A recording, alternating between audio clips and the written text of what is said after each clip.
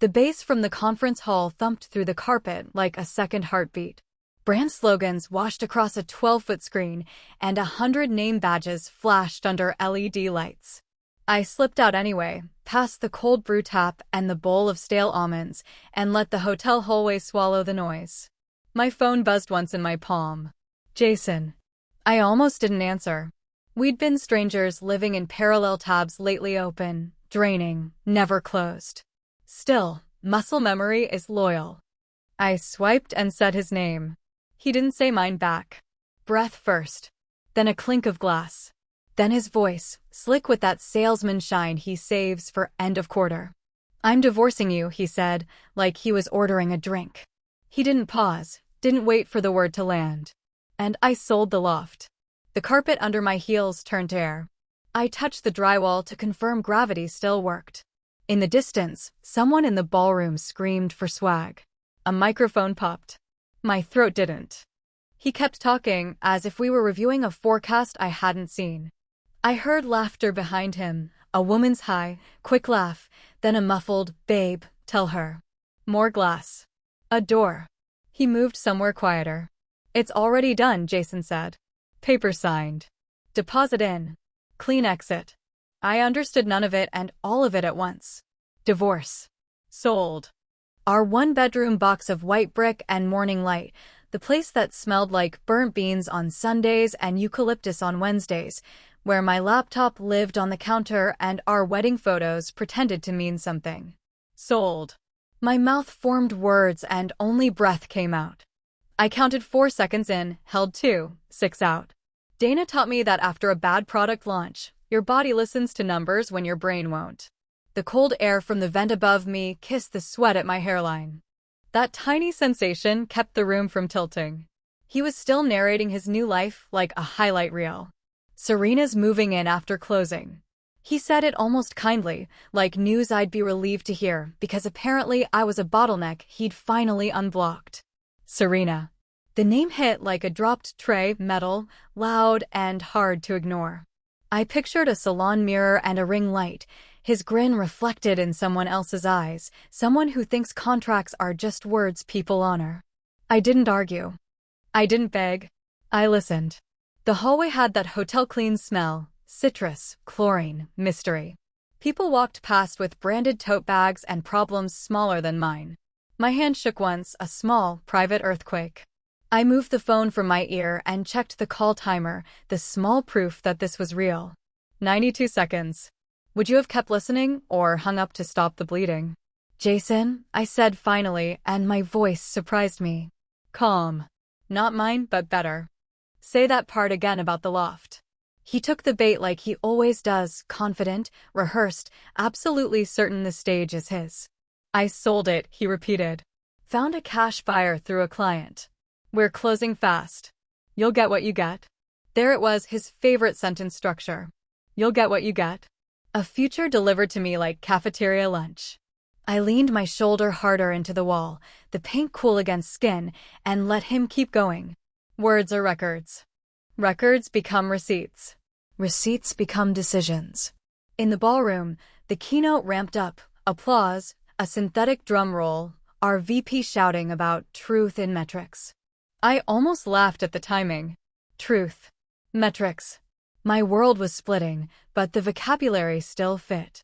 He drifted into logistics, timelines I supposedly understood, a notary I supposedly met, money I supposedly didn't need to touch. The urge to correct him rose like a wave and died. I tasted the old reflex to save him from his own sloppiness. I let it pass. I'm not his proofreader anymore. Instead, I opened the voice memos app with my free hand, thumb practiced, screen bright. The little red circle waited like an open eye. I didn't think about right or wrong, just evidence or noise. I tapped record and brought the phone back to my ear. He kept talking. Serena laughed again in the background, farther now, like a shadow behind a curtain. My heart found a slower drum. 4 in. Hold. 6 out. Every syllable he gifted me lined up like dominoes. I'll send a mover for my things, he added, generous, magnanimous, king of nothing. I don't want drama. Drama? The word almost made me smile. I looked down the corridor where a cluster of colleagues posed under a neon sign that said "Make it real." My reflection in the glass door didn't look broken, just awake. "Send whatever you need to send," I said, soft enough to be misread as agreement. He always preferred agreement to comprehension.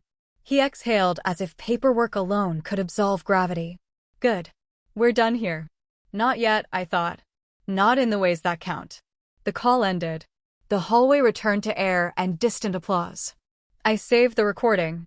I saved the call log.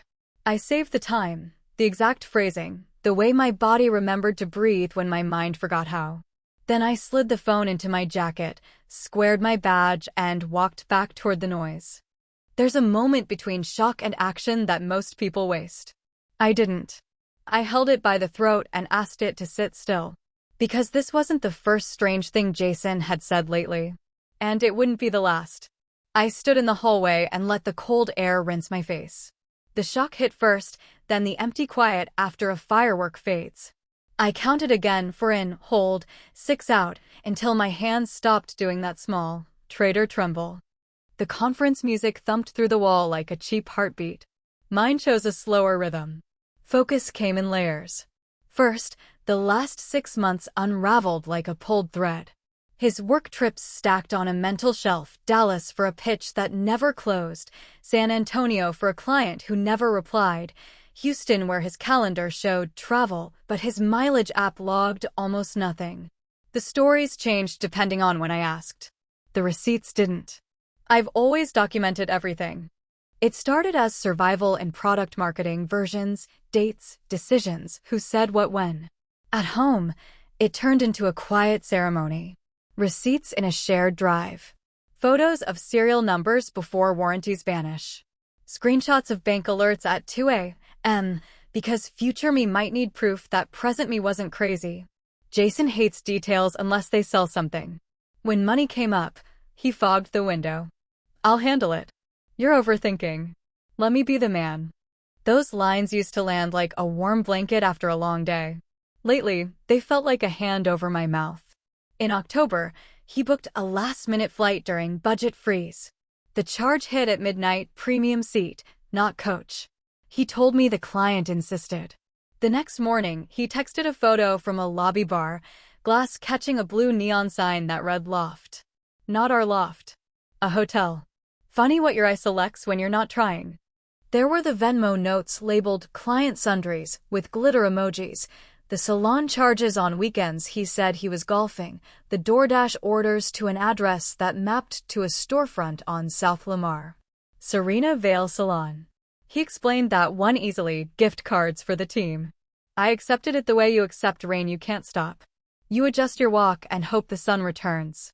My breath evened. My brain rewound further. April. The refinance. A stack of documents thick as a novel and just as dramatic if you know where to look. He'd skimmed, I'd read. He joked that I was the CFO of boring. I'd smiled and kept highlighting. The title company had sent a steady parade of emails, each with subject lines that sounded like lullabies: closing disclosure, lender package, recording confirmation. I remember the day a notary came to the loft.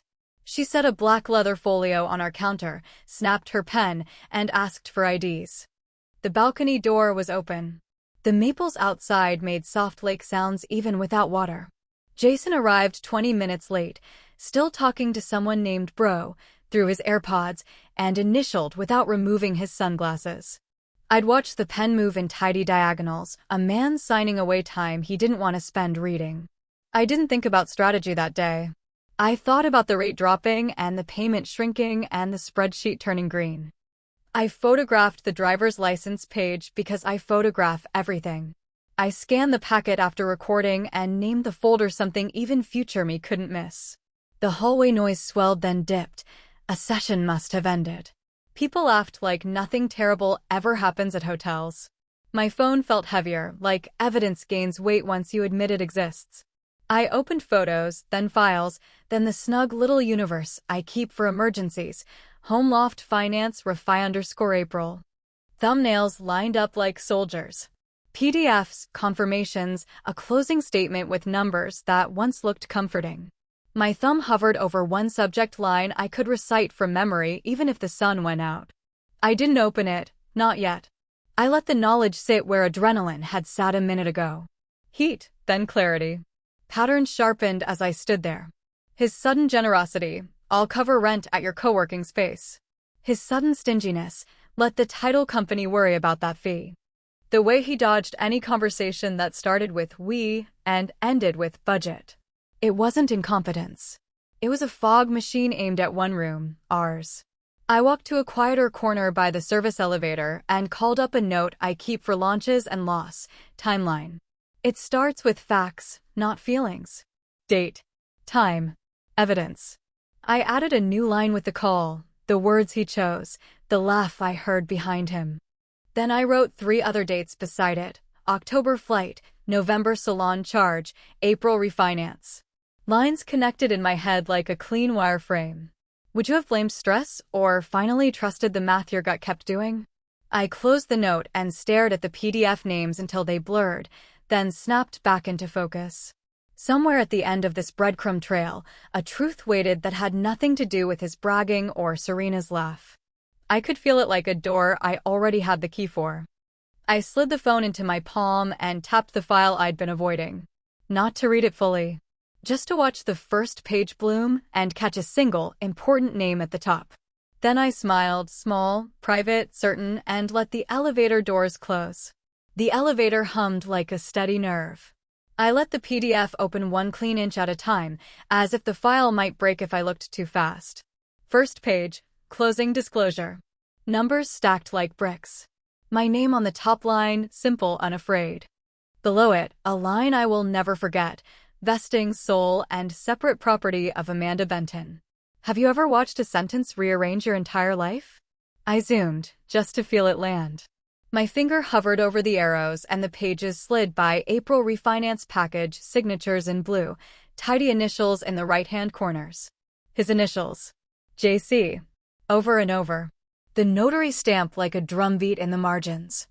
I could hear her voice again, calm and practiced, initial here, and here, and here.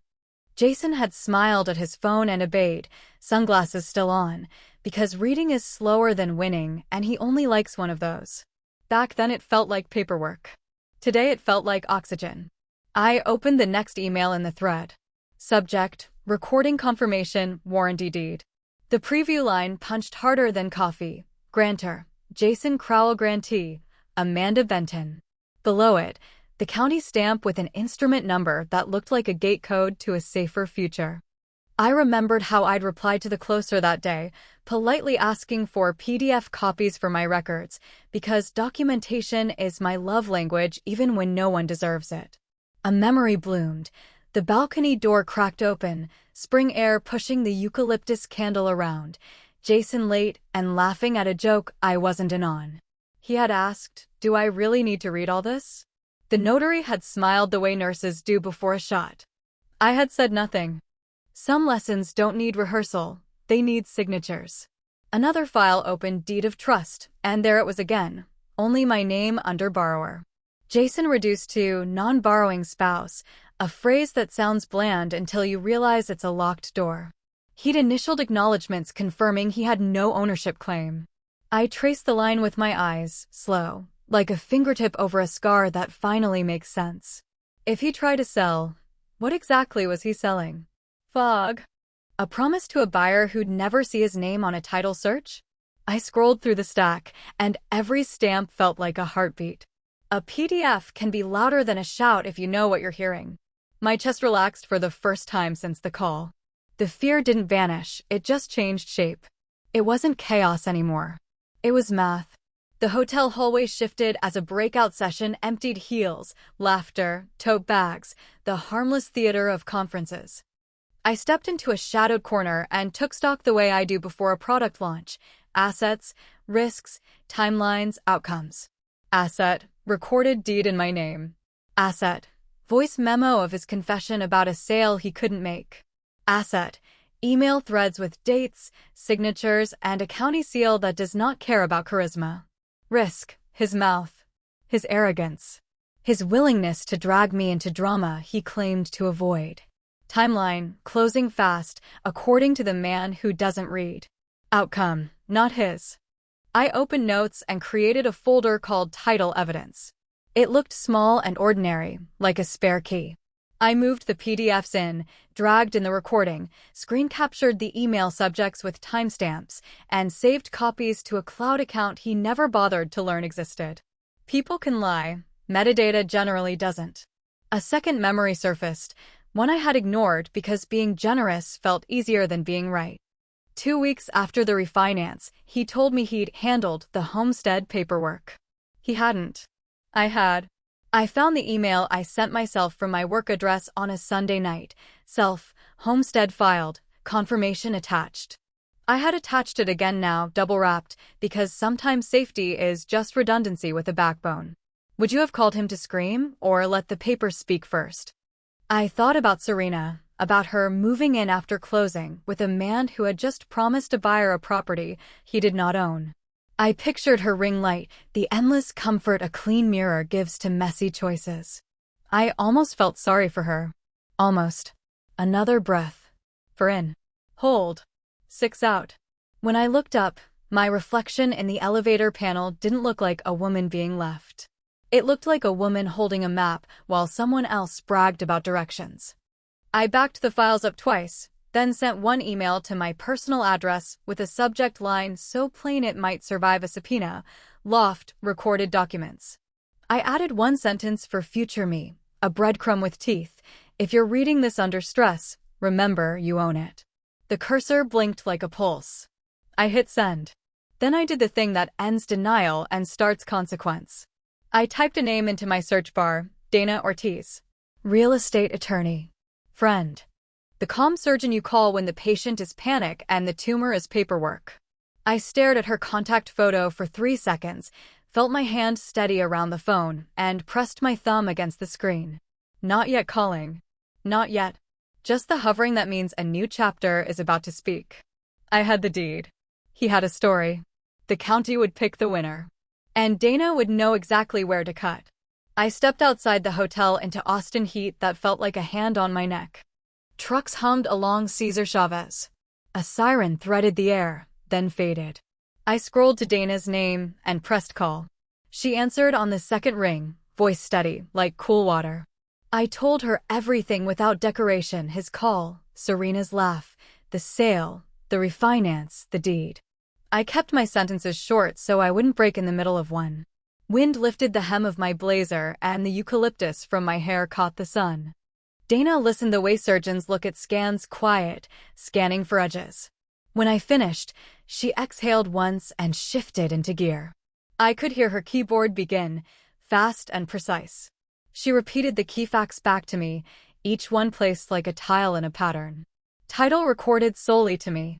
His initials throughout. Confirmed warranty deed. Non-borrowing spouse. No power of attorney. Then she gave me the part my nervous system needed most. He cannot convey what he does not own. Her tone didn't rise. It didn't need to. If he took any deposit claiming he could sell, that's misrepresentation at best. If escrow is open, we'll stop it. If money moved, we'll yank it back. Heat gathered at my spine and then let go. The bass from the conference bled through the glass doors behind me. I stepped farther into shade and watched a bird steal a crumb from a cafe table. Even nature likes proof. Dana laid out a path in simple steps, bless her. First, I'll notify the title officer and escrow in writing that the record owner has not consented. I'll attach the deed and recording info. Second, I'll send a formal notice to Jason, stop attempts to convey, cease false representations, return any funds, and expect claims if damage occurs. Third, I'll alert the buyer, politely but firmly, that the seller lacks title. She paused for exactly 1 second, then added, we won't warn him in advance. Paper should speak before emotion. Understood? I nodded, forgetting she couldn't see. Understood. The words steadied my knees. Do not confront him in person today, she said. Do not let him escalate at the loft before we've positioned the record. If he shows up, you call me and, if needed, the police. This is a property issue and a safety issue. Keep your door locked. Would you have called to scream, or let the paper walk ahead of you? She asked for documents. I sent them while we stayed on the line. The deed. The closing disclosure. The recording confirmation with the county stamp like a small, immovable mountain. My voice memo, time-stamped, the line where he bragged about closing fast. Each file left my phone with a tiny whoosh that felt like a heartbeat answering back. Dana read as I watched a delivery truck hiss to a stop. "These are clean," she said. I could hear respect in her pause. "Amanda, you did the unglamorous work that wins the day." Emotion flickered, gratitude, grief, anger, relief, like a string of lights that finally found power. "What happens if he already took a deposit?" I asked. "Then escrow will freeze, investigate, and likely return it," she replied. "Worst case, the buyer could pursue him for fraud." "Not you. You never consented. You're the record owner. Our job is to stop the harm from growing and document everything he just said out loud." Wind pushed hair across my face. I tucked it behind my ear and looked at my reflection in the hotel glass. I didn't look like a victim. I looked like a woman mid-procedure, trusting a qualified hand. Dana's keyboard paused. "Forward me his full name, last four of his phone, and any email you have for him," she said. "Also the building address and the unit number. I'll copy you on all notices so you can see the path. We'll give him a clear deadline and we'll give escrow a bright red flag." I sent what she needed, fingers moving like they belonged to someone confident. She added one more instruction, a practical kindness. "Change the loft's analog deadbolt today. Add a keypad with an audit trail. We'll document who enters and when. If he argues about access, we show lawful control." I felt a small, sharp smile arrive without permission. "Priya can help me swap it," I said. The image of labeled bins appeared like a promise. Dana lowered her voice half a shade. "You're doing well," she said. "Do not text him. Do not respond if he rages. Let every word pass through counsel. If he calls, let it go to voicemail. Save everything." The siren from earlier returned somewhere distant, then faded again. Like a warning that decided I'd already heard it. "Last thing," she added. "If he shows up with her, you are under no obligation to let a stranger into your home. Repeat after me, record owner does not consent. Then close the door." I said it once to the glass, to memorize the shape. Record owner does not consent. The sentence fit like armor. We hung up so she could draft. The world felt lighter by half a pound, like a heavy ring finally removed. I walked back through the hotel's blast of air conditioning, past the bowl of almonds, past the branded neon lie about truth. In a quiet corner, I opened my email. New message from Dana appeared like a flare. Subject, notice, unauthorized conveyance attempt address. She had copied the title officer and a general inbox for the buyer, pulled from public records faster than I could blink. Attachments glowed like small shields. My thumb hovered over send on my own forward, just to keep the archive clean and redundant. The little arrow waited, 1 inch of digital courage between me and impact.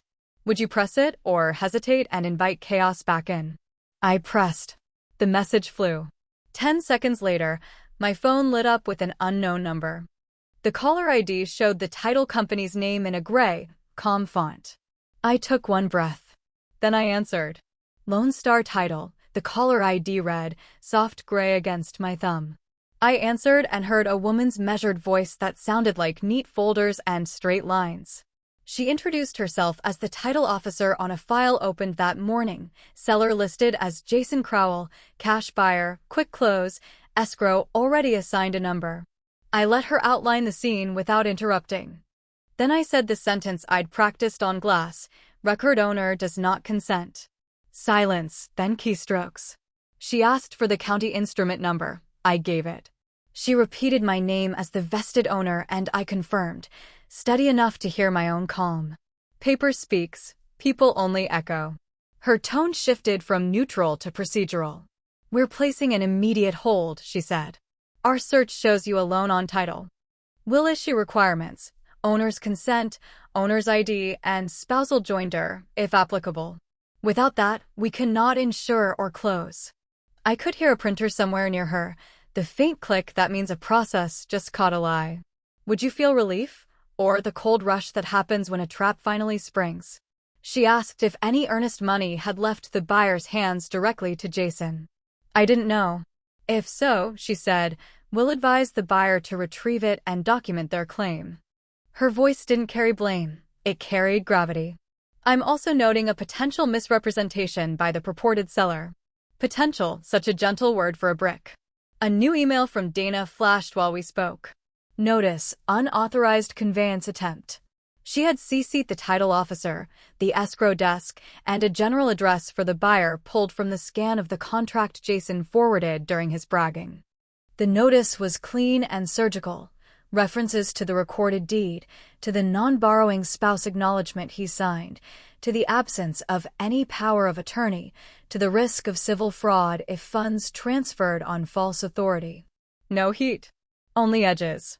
Copy received, the title officer said, reading as she talked. We'll flag the file. She added a sentence that felt like a locked door sliding into place. No closing will occur absent the record owner's written consent. I thanked her, saved her direct line, and watched as Dana's second email launched courtesy notice to buyer. It walked the buyer through facts without humiliation, the real owner, me, the recorded instrument, the impossibility of a sale by a non-owner.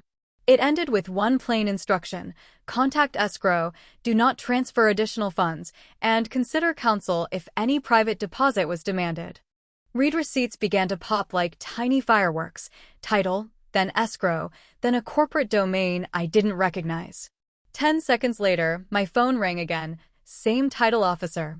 We reached the buyer, she said. They were told the wife was traveling and would sign it close.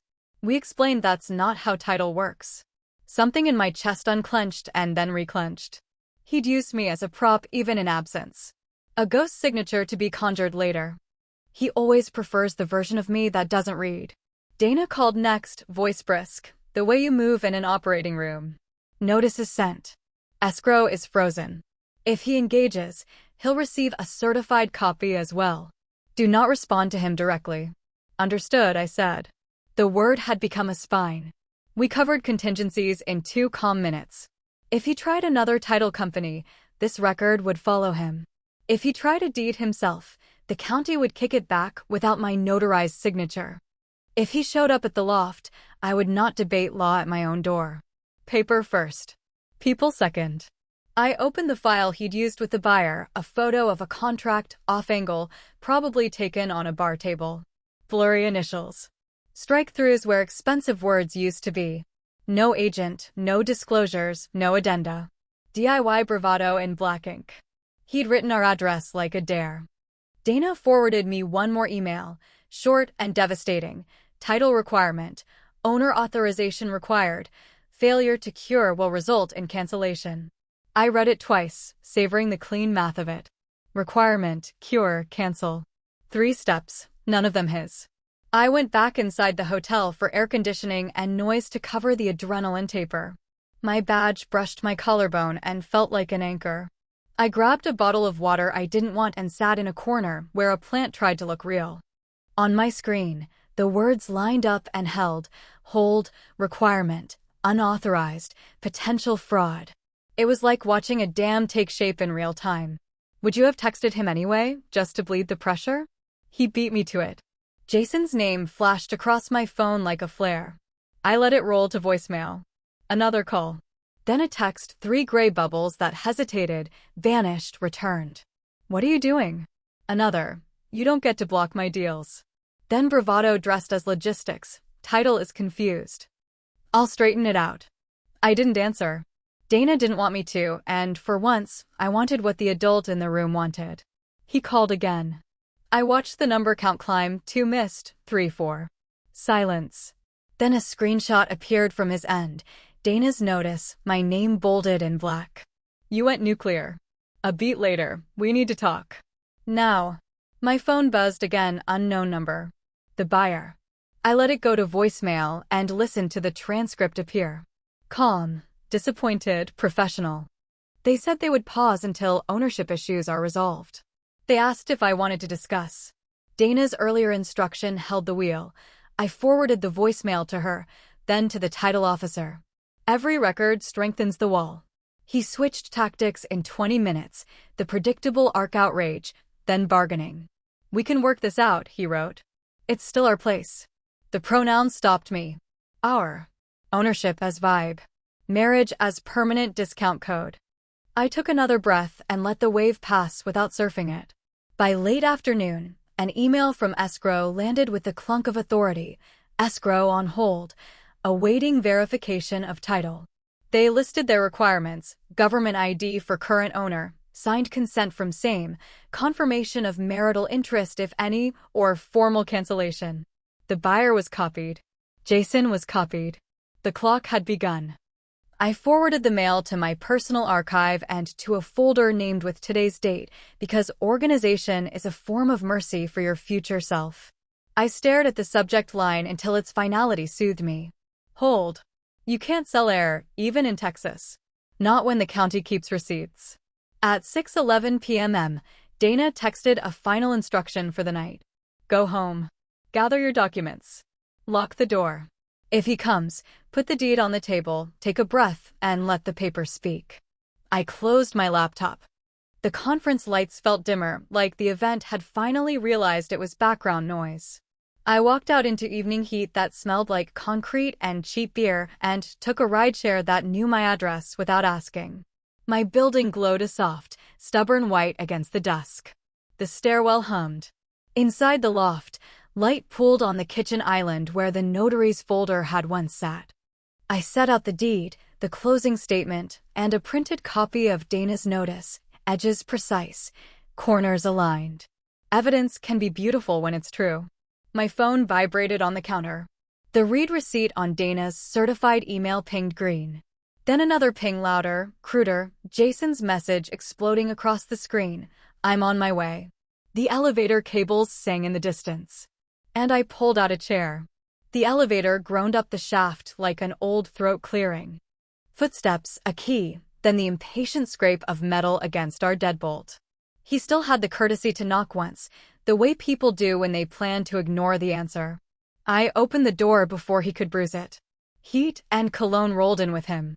Jason crossed the threshold already talking, a printed notice crushed in his fist like a parking ticket. The paper trembled, not because of wind. You blindsided Escrow, he said. Title's confused. You don't pull this on me. I didn't move. The kitchen island held 3 neat rectangles, the recorded deed, the closing statement, and Dana's notice, aligned like scalpel, suture, and chart. Light from the west window drew a clean border around them. I let the silence breathe first. Then I pointed to the chair. He didn't sit. He slapped the notice onto the island so hard the pen rattled. This is aggressive, he said. We're married. I can sell what I bought. I slid the warranty deed forward with 2 fingers. The county stamp winked up at him, unamused. I didn't raise my voice. Read the vesting, I said. Top line. His eyes flicked, performed comprehension, then skipped like a stone. Sole and separate property of Amanda Benton. He went still for the length of a heartbeat, then recovered with volume. That's refinance boilerplate. It's title, I said. You initialed the acknowledgement. I placed the second page on top, the one with tidy blue initials at every corner. JC. JC.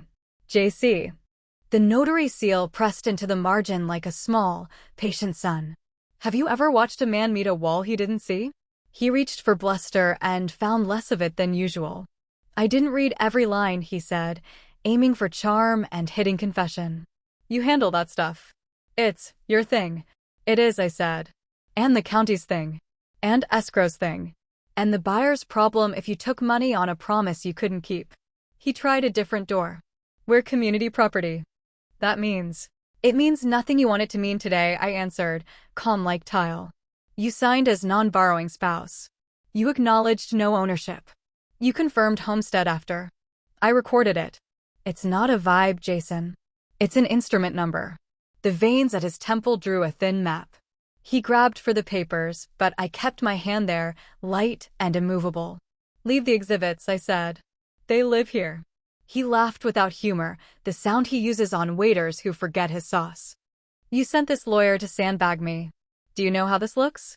To my client? To Serena. I tapped my phone and a 10-second clip filled the air, tinny and relentless. His voice from the call, slick with certainty, "I'm divorcing you." And I sold the loft. The clip ended. The loft stayed exactly where it was. He stared at the phone like it bit him. "You recorded me?" "I document everything," I said. "You like outcomes. I like evidence." He finally sat. The chair legs scraped the concrete like a match. He planted both hands on either side of the deed as if proximity could change ownership. "We can fix this," he said. "You go down there, tell them you're okay with it." We split the proceeds. Clean exit. I watched a dust mote turn gold in the sunbeam between us. Clean exit. The phrase tasted like bleach. "Record owner does not consent," I said, and let the words settle. "Not to a sale, not to you bringing strangers into my home, not to lies on paper." His eyes flicked to the door, then the bedroom, calculating what was his in the room by sheer repetition of use. He leaned back, tried pity. "You don't want to be the reason I lose a deal." "I'm not the reason," I said. "The county is. And your initials." The light shifted. Outside, a skateboard clicked over the lip of the curb, the sound of some other life going forward. He pushed up from the chair hard enough to make the island wobble. "You think this scares me?" he asked. "I'll get another title company." They share records," I said. "Also, the buyer knows. They called." I let that land without extra sugar. "They're pausing." Color rose up his neck, fast and blotched. He pulled his phone out and stabbed at it like it owed him money. A name flashed across the glass I couldn't read. He paced 3 tight circuits and told someone to hold the line and ignore the noise. The call disconnected. He tried again. Same result. Paper is heavier than charisma. It just takes a second to fall. Would you feel wicked satisfaction, or the dull mercy of finally letting gravity work? He set the phone down face up because he always wants to be seen working. Notifications stacked in tidy gray bars. One was from Escrow, on hold, awaiting verification of title. Another was Dana's certified email, unauthorized conveyance attempt. He didn't open them. Reading is slower than winning. "This is temporary," he said, lowering his voice to the register he thinks means control. "You're overreacting because of Serena. She's moving in." After closing. "Serena is not moving in," I said, still seated, still breathing. "No one is moving in. Especially not the woman who laughed when you told me you sold my house." "That's not what." He stopped. The light shifted again, revealing the truth on his face before it reached his words. He tried for tender. "We can figure us out. Just don't nuke my deal." "I'm not nuking anything," I said. "I'm naming it correctly." Silence gathered with weight. The loft held it well. He looked around like a tourist in a country that stopped translating for him. The framed print we argued about. The bar stool he built backward and refused to fix. The eucalyptus plant I watered. People think territory is square footage. It's actually decisions layered until a space knows you. His phone buzzed against the island once, twice. He flinched the way he never will admit is flinching. He glanced down. The sender line was visible this time, buyer. He didn't answer. He pocketed the phone like the problem might mute itself in the dark. I slid Dana's business card across the island. "From now on," I said, "you speak to counsel. Not to me. Not to title without her copied. Not to the buyer pretending this is a misunderstanding. It's not. It's a record." He didn't take the card. He stared at it the way people stare at a scale they'd rather not step on. "This isn't over," he said. I stood, finally, the chair whispering across concrete like agreement. "It is on paper." The elevator cable sang again in the distance, low and metallic. He straightened his jacket, gathered up nothing, and walked to the door like a man choosing to leave instead of being escorted out by reality. His hand paused on the knob. He didn't turn back when he said it.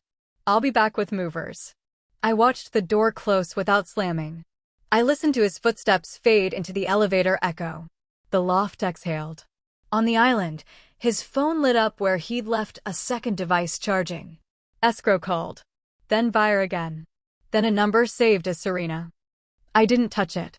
I just watched the screen flash over and over until it went dark. The loft was too quiet, the kind of quiet that hums. My phone broke it first. Subject lines stacked like verdicts. Buyer, canceling pending ownership resolution. Then a second email from Escrow with bold, patient language. Immediate demand. Return of earnest funds remitted to seller outside escrow. I read both twice. The buyer's note was polite but surgical. They'd been told I was traveling and would sign it close. They now understood that wasn't how title worked. They were canceling, preserving rights, and requesting the deposit back in full. Copies went to Escrow, to Dana, and, deliciously, to Jason. Paper doesn't shout. It drains oxygen. A minute later, Dana called. Her voice had that smooth steel I've come to trust. She explained the next moves while I watched late sun crawl across the concrete. She would issue a second notice citing misrepresentation. She would instruct Escrow to document the timeline. She would prepare divorce filings with temporary orders that freeze assets and bar both parties from transferring property. Calm words, sharp edges. I opened the Escrow email and felt the floor steady. They'd flagged the contract for seller authority failure and attached their demand letter. The phrasing was almost kind, which somehow made it heavier. They set a short deadline. Return the buyer's money. Provide proof. Or the parties could expect escalation. Then Jason called. I let it go to voicemail. He called again. Then a text, the tone already softening at the edges. We need to talk. Another followed, wearing apology like a borrowed shirt. I didn't know the refinance did that. Then the pivot men choose when the door won't budge. We can fix this together. Please. Would you answer or let silence measure the ruin for you? I didn't reply. I forwarded every syllable to Dana and added them to the folder I'd labeled title, Evidence. Inside, receipts lived like calm little soldiers. I took one more step and opened a new folder. Divorce, drafts. A small act with a long shadow. Dana's email landed with attachments named in tidy legal. Original petition for divorce, draft. Proposed temporary restraining orders, property and possession. The words looked bigger than me and exactly my size. She added a simple note. Review for accuracy. We can file at your instruction. I scrolled the petition and felt my pulse slow. The language was plain. The marriage had become unworkable. No minor children. Property issues required the court's guidance. Attached were the orders that placed everything under a glass dome. No selling, no hiding, no angry midnight visits. I imagined that dome settling over my loft like a final, merciful snowfall. Jason's name lit my phone again. This time he sent a voice memo. His voice arrived stripped of swagger and wrapped in noise. He said he'd made a mistake. He said he was under pressure. He said Serena had nothing to do with it, which is what people say when someone has everything to do with it. He wanted to meet. He wanted to reset. He wanted, suddenly, to understand. I listened once. Then I saved it and sent it forward. The habit felt like breathing. Escrow emailed again with something that felt like a reveal. The buyer had provided a screenshot of the deposit transfer. Not a formal wire to Escrow. A personal payment to Jason with a cheerful memo line and too many exclamation marks. The screenshot captured his grin in the corner, reflected in glass. Even his mistakes leave selfies. Dana replied to the thread within a minute. Her message carried a steady flame. She requested confirmation of the deposit amount and the return path. She advised the buyer to demand immediate refund and seek counsel, reminded everyone that I had not consented and was the vested owner, and noted almost gently that any funds not returned could be addressed in civil court. She copied Jason. It was the legal version of speaking softly and moving the furniture. My phone vibrated across the island, desperate now. Another text from him. They're overreacting. I'll get the money back. Just tell them you're fine with the sale and we can split proceeds. It's still ours. I stared at the word ours until it lost its shape. The county didn't recognize ours. The deed didn't. The notary didn't. Only his need did. I took a breath, for in, hold, 6 out, and typed one message, not to him. To Dana. File when you're ready. I felt something unhook in my chest as I hit send. A ring removed. A lock clicked. The next knock wasn't the door. It was my own spine straightening. I opened the cabinet where I keep tools for a life I thought I'd share and pulled out a small box I'd bought months ago and never installed. A keypad deadbolt with a clean face and an audit trail. The kind that emails you quietly when someone comes home and when they shouldn't. My phone pinged again. Jason was now offering dinner, a talk, a plan. He pivoted to sentiment like a man searching a junk drawer for a charger that never fit my phone. He said he missed the way we cooked on Sundays, the eucalyptus smell, the playlist I made. He typed, "Don't throw us away over paperwork." I looked at the deed, at his initials, at the way ink can hold you accountable longer than charm. I didn't answer. I put the keypad box on the counter and laid a screwdriver beside it, the simple tools of choosing. Dana sent one final text for the night. "Tomorrow morning, I'll courier the petition. We won't serve yet. We'll hold it ready. Tonight, change the lock. Then rest." I stood by the window and watched the city exhale. Somewhere below, a skateboard clicked over a crack and kept rolling. My phone vibrated once more, and I let it settle on the island, face down, like a noisy bird finally out of songs. If leverage is a ladder, his had just lost the top rungs. Mine was bolted to a wall that didn't care about his feelings. The buyer had canceled. Escrow demanded return. The petition breathed under my cursor, patient and precise. I texted one person who knows how to turn chaos into clean lines. "Priya, now?" Her reply arrived with the swear word I needed and the promise I wanted. "On my way." Bins in the car. I opened the keypad box. Metal, batteries, instruction sheet. Simple steps. Clear outcomes. The kind of work that makes a space answer to your name again. The elevator groaned somewhere below. I picked up the screwdriver and waited for my friend, and whatever would try to come through that door next. The first screw squealed like a tiny protest. I twisted anyway. Metal loosened, then gave. The old deadbolt slid into my palm, heavy, warm from 100 exits I didn't control. I set it on the island beside the deed like a retired lie. Priya swept in with bins, tape, and a label maker that clicked like castanets. She didn't hug me. She pressed her forehead to mine for one breath, then got to work. The room changed temperature when she did. We moved in a rhythm that felt like cleaning a wound. She handed me batteries. I fitted them into the keypad and listened for the low, patient beep. A new face lit up on the door, numbers, clear and honest. I programmed a master code, then a temporary one for Priya. The audit trail pinged my email with a test entry, crisp and factual. 9:02 p.m., access code 01 accepted. Would you have waited for morning or changed the lock while the story was still hot? We packed Jason's life into labeled squares. Clothes work. Clothes gym. Toiletries. Gadgets. Paper personal.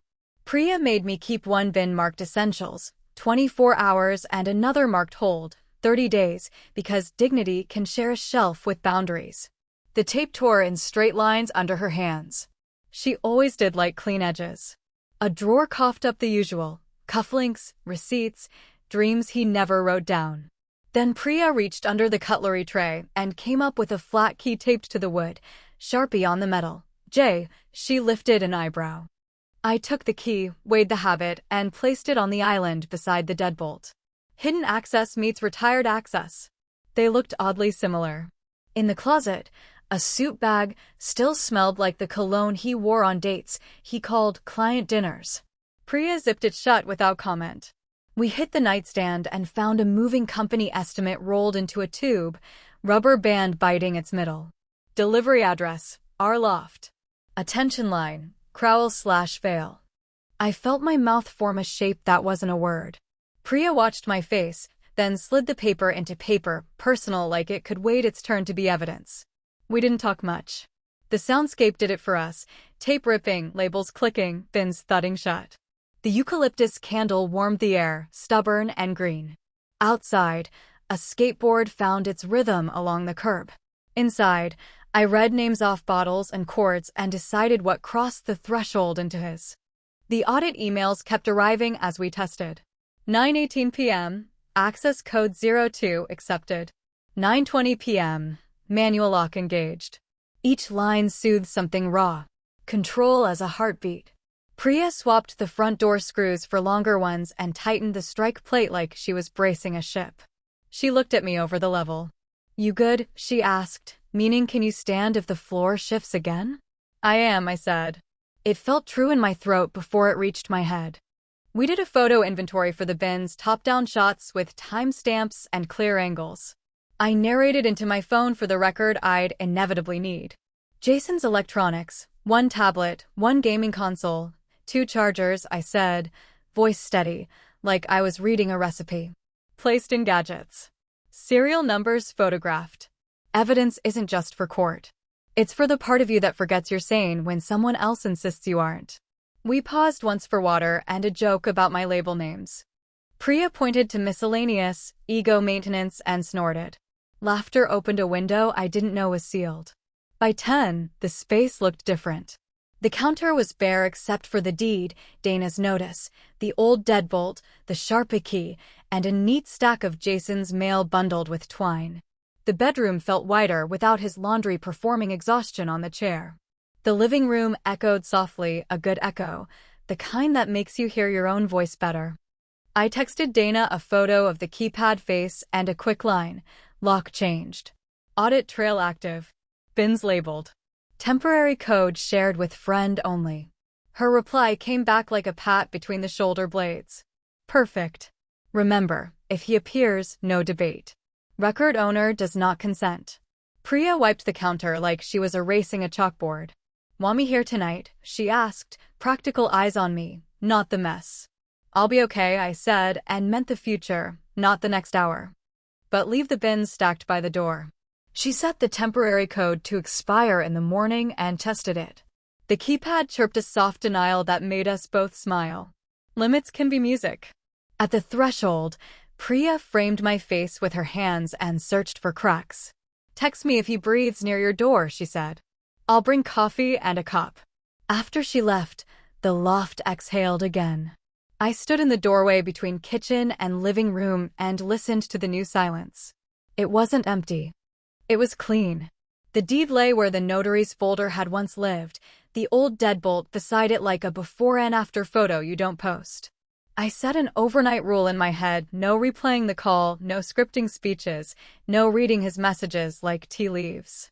I made tea for myself instead, real leaves, water hitting the mug with a small, forgiving hiss. I carried it to the window and watched Austin throw light at the sky like it was trying to keep the dark entertained. My phone buzzed. An email, 10:41 p.m., access code unknown, rejected. The subject line was colder than any text he'd sent. The audit trail had just noticed the past trying to come home. Another buzz. 10:42 p.m., access code unknown, rejected. Then the faint shuffle of feet outside the door, the whisper of a bag skimming denim, the muted clatter of a suitcase while catching the door seam. A woman's laugh, close and bright, like glass. Serena's voice drifted in, shaped by the hallway. "He said it's fine." Jason's knuckles met my door, once, twice, impatient. "Open up," he called, confidence stretched thin. "We're staying tonight." I set my mug down, lifted the deed, and felt my breath choose its side. The keypad lit up again, waiting to tell the truth out loud. The keypad blinked a hard red and chirped its no. Another try. Another red blink. "We'll scuff." Whispered curses. I opened the door on the chain and let the hallway air in dry, perfumed, a little desperate. He stood there with a duffel and the smile he uses to sell broken promises. Serena hovered half a step behind him, suitcase tilted, lip gloss bright enough to pretend this was moving day. She peered around his shoulder like the loft might greet her by name. I kept my voice soft so it would cut. "Record owner does not consent." The chain caught the rest for me. He went straight to performance. "Title's confused," he said, already bored with the word. "You're making this ugly. Let us in. We'll talk inside." I lifted the deed where the light could kiss the county stamp. "Read the vesting," I said. Top line. His eyes slid off it like oil on water. Serena leaned in and actually read. Her brows pulled together, tiny wings landing. "Sole and separate property of Amanda Benton." Jason laughed that thin, waiter-punishing laugh. "Boilerplate," he said. "She's traveling." She'll sign it close. He looked past me to the room like he could narrate his way through walls. I reached down, unhooked the chain, and opened the door 3 inches, enough to place 2 labeled bins at his feet. Clothes, work. Gadgets. The labels faced outward, witnesses with tape spines. This is what you can take, I said. The rest is documented and will be available after we finalize access. I nodded at Serena, is not entering my home. Serena glanced at him, not me. The kind of glance that says you promised me a landing, not a fall. He squeezed her hand without looking. It's fine, he told her. She's being dramatic. My phone chimed on the console table, new email. Subject line cold as a courthouse. Escrow demand, immediate return of funds. I turned the screen so they could both see the preview. It displayed the deadline, the amount, and the phrase unauthorized conveyance in a sentence that didn't care how anybody felt. Serena's lipstick didn't move, but everything under it did. You said it was done, she told him, quiet, like a mirror talking back. He waved the air. They always say that. I'll straighten it out. Another chime, file cancellation pending owner authorization, this time from the title officer. I tapped it open and read the first line out loud so no one could pretend later. No closing will occur absent the record owner's written consent. My voice stayed even. Paper does the shouting for you. Would you have let her in just to end the scene, or let the paper end it for you? He reached toward the door as if reaching toward the past. The new deadbolt gleamed between us like a boundary finally given shape. Amanda, he said, toning down to that careful register he saves for tips and apologies. Don't embarrass me in the hallway. A door down the corridor clicked open. A neighbor's face flickered, curious, then respectful. This was now public, whether I liked it or not. I did not lower my voice. Serena, I said, you should know the buyer canceled. There's no sale. There's a deposit demand you may be connected to. And the loft is not his to promise. Her eyes searched his face for a version of truth she could keep. He offered charm. It failed. She asked him, almost to herself, where's the money then? He said words like timing and wire, and it's complicated. She watched those words deflate on contact with oxygen. I slid a printed copy of Dana's notice through the gap. It brushed his fingers and landed on the bin. From counsel, I said. Any access, any communication, goes through her. If you show up again with anyone, the answer will be the same. Record owner does not consent.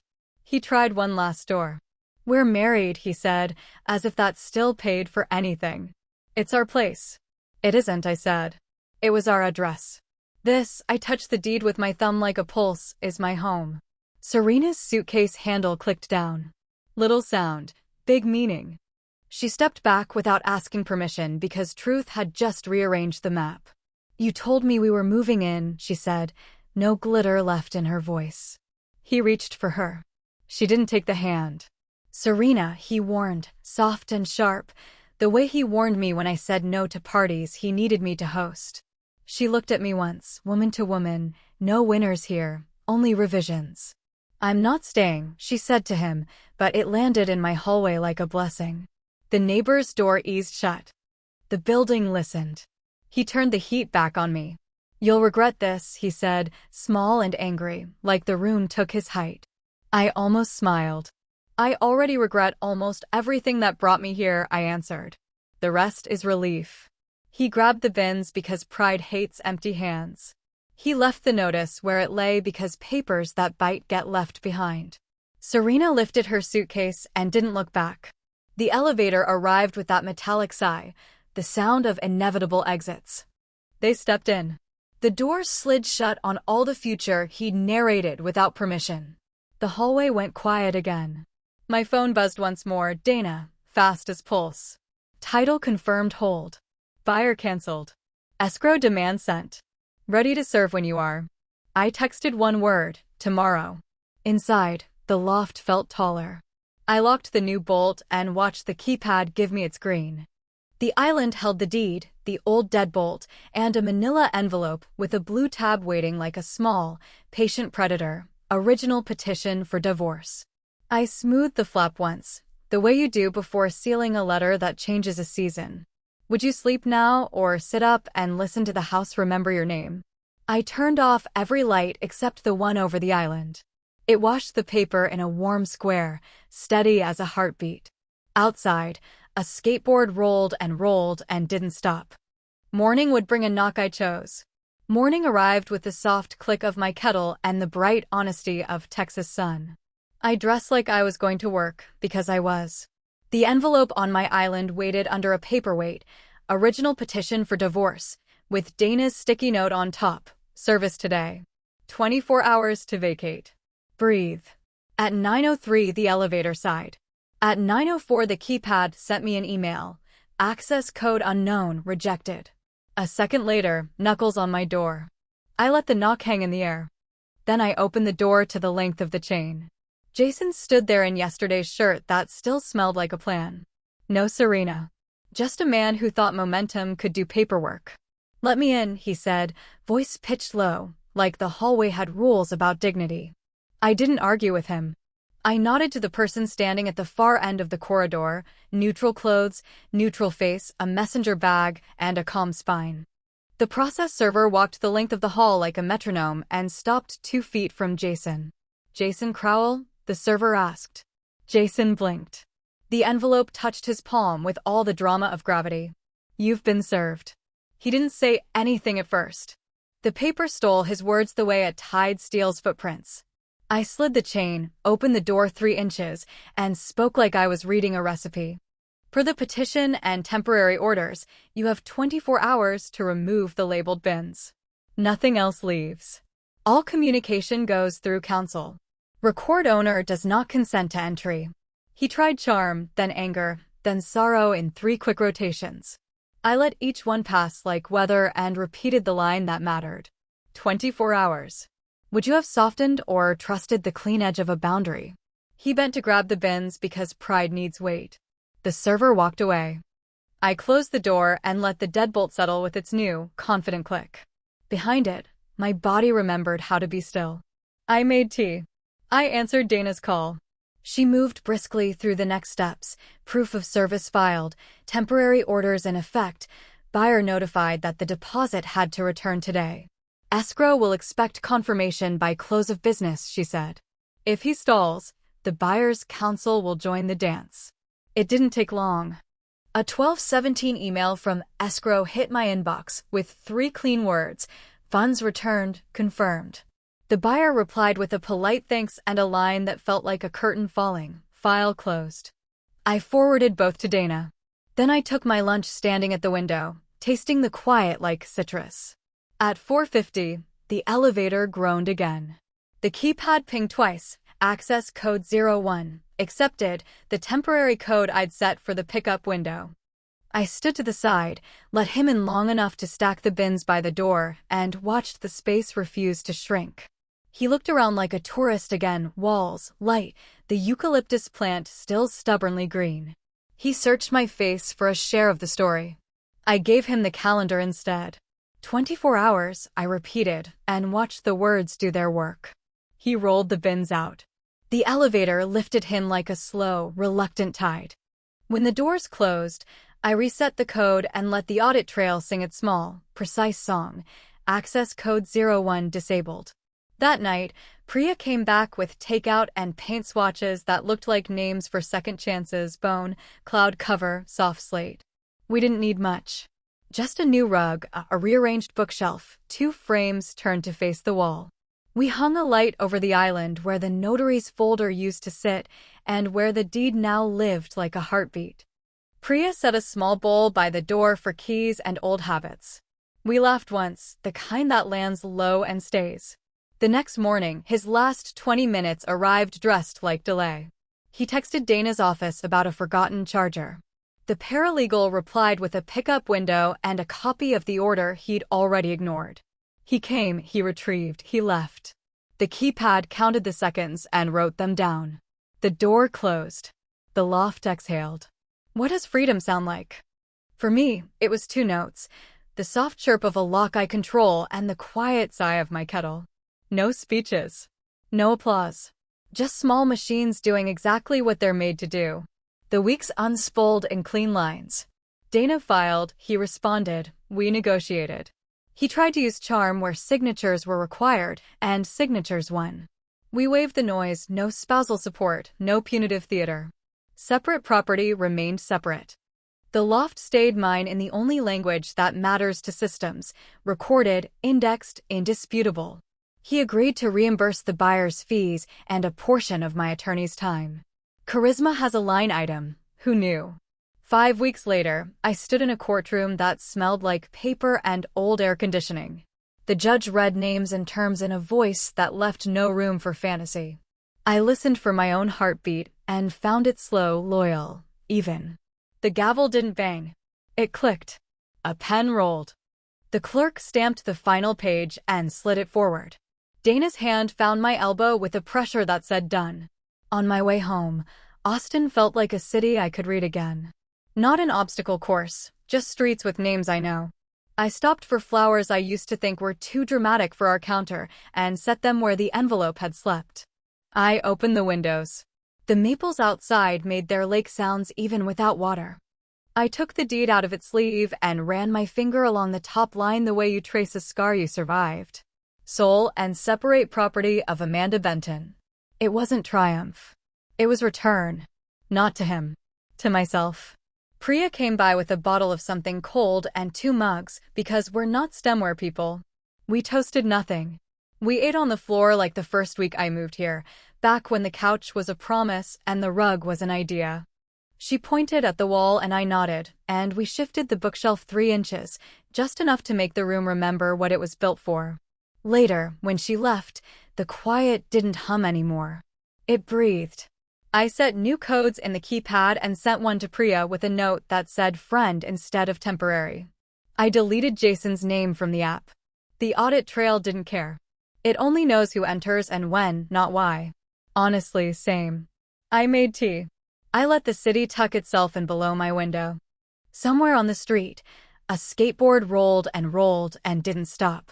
I looked at the place where our wedding photo had lived and saw white space instead. I didn't rush to fill it. Would you hang something new or leave room for a version of you that's still unfolding? I left it blank. I sat on the rug with my back to the island and my feet toward the door, the way you sit when danger isn't a guest anymore.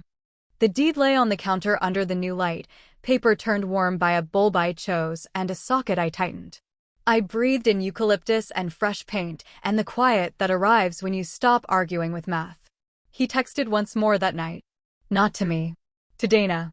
Asking for a document he'd lost and a deadline he'd missed. She sent the link without adjectives and added a signature line he couldn't talk around. The thread closed on its own. I washed my mug, dried it, and set it in the cabinet. It didn't slide. The shelf was level. My hands were steady. My house didn't echo a stranger's voice back at me. He left with boxes. I stayed with peace.